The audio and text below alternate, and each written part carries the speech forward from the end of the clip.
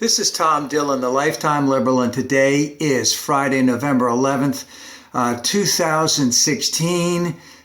Today is Veterans Day in honor of the armistice from World War I that was signed on November 11th, 1918. And remember, that was supposed to be the war to end all wars. The title of this rant will be GOP Overreach Has Begun. Medicare is on the block.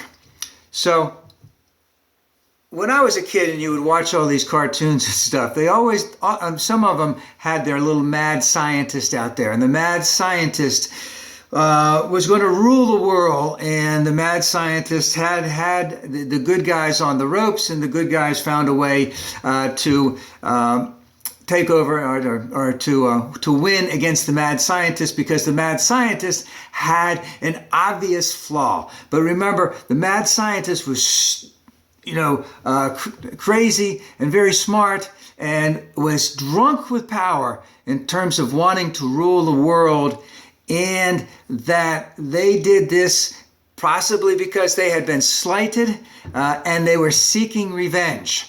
So we have our friends on the GOP, Paul Ryan last night, basically indicating that Medicare is on the chopping block, and what they're going to do is to give out what they call block grants.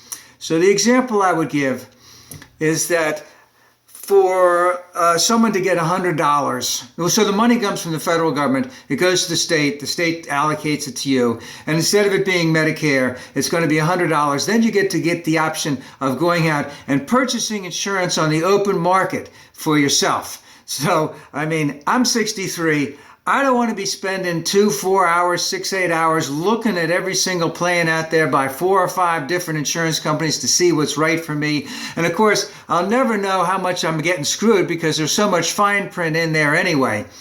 But with that $100, Medicare would use about 5% of that for their administrative costs. Now, these private insurance companies can take a lot more for their administrative costs. I think they can take up to 20%, and the only reason why they can only take 20% is because of Obamacare. So if you throw out Obamacare, which they want to do also, then these insurance companies, for every $100 that you spend, give them, they're going to have 25, 30%. There's going to be as for their administrative cost and profits. Remember, Medicare does really not have profit, and they're a very efficiently run organization. Of course, Paul Ryan started out by absolutely lying that Medicare was broke, and it is not broke. So this is what we're going to see from our opposition. This is what we're going to see by the Republicans who are running all phases of the government coming up, and that the GOP will always frame their screwing over of the average working person in the United States as freedom, as getting the government off your back, as creating smaller government and putting money into the hands of you to spend it as you want to spend it. In the meantime, they know full well they are screwing you. And they already have, right now, actively have people in linguistics, in sociology, looking at different ways to frame all of these things that they're going to screw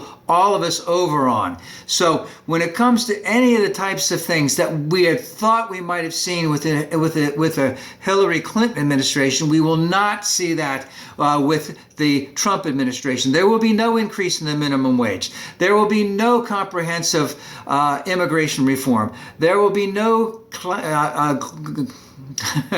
no acknowledgement of global climate change. In fact, it looks like one of the persons that's heading the transition team on terms of the EPA, the Environmental Protection Agency, is a big global climate change denier. So that's what we'll see. When we talk about revenue for the government, to make the government run efficiently and effectively, that there will be no additional assessments on the wealthy. There will be no carried interest assessment. There will be no transaction assessment. There will be no inherited wealth assessment. And in fact, the wealthy, at least according to Trump during the campaign trail, will be paying less as a percentage of their income in assessments than they are right now. And they do anticipate that there will be a huge gulf in terms of the debt. I can't think of the right term here, but in terms of how much this is going to cost the United States. And then what do they do with that? Well, we're just going to have to cut back even more. And so getting back to the block grants, so instead of $100, that $100 might stay the same, but the next year, the cost of that insurance is $106, and the year after that, $114 or whatever.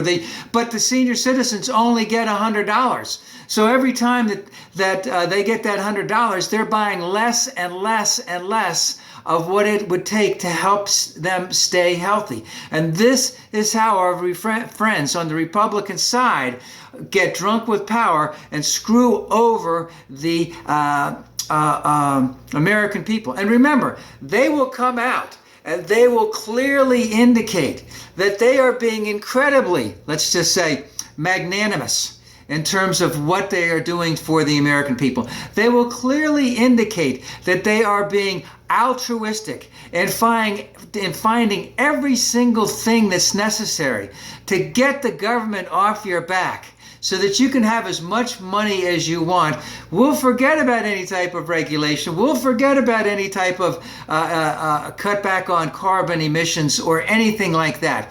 And unfortunately, I could go on, but unfortunately the thing is, right now, because they hold the levers of all three phases of government, the judiciary, the legislative, and the executive, because Trump will be appointing the next Supreme Court justice, is that there's going to be nothing that will be able to stop them.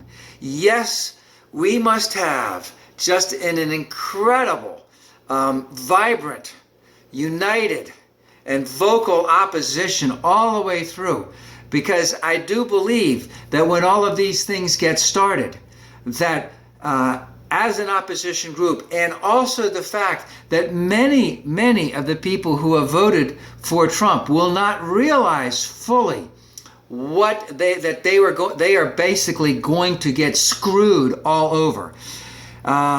Because everything that the Republicans have done has been based on them being in power in terms of how they want to lead their party, their following. And it's done by irrational fear. It's done by aggressive ignorance. It's done by implacable hatred.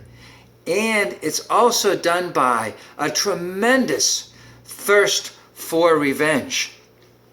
And the question is, will we have, meaning we, progressives, liberals, Democrats, will we have that vibrant opposition that can cut through all of their bullcrap and show all of the American people how much drunk with power they are, how much they are going to try every single means necessary to screw the average working person? Well, I'll go into all the other stuff. They're going to try and screw women, especially women in red states. They're going to try and cut back on voting for minorities, women, minorities, blacks, Hispanics, Asians. They're going to try everything they can to maintain the levers of power. And the question is, how strong can we become as a vocal opposition, and how united we must be to go against that? And it has to begin right now, because right now they are planning on doing everything possible in the shortest amount of time possible to screw us over to an incredible degree.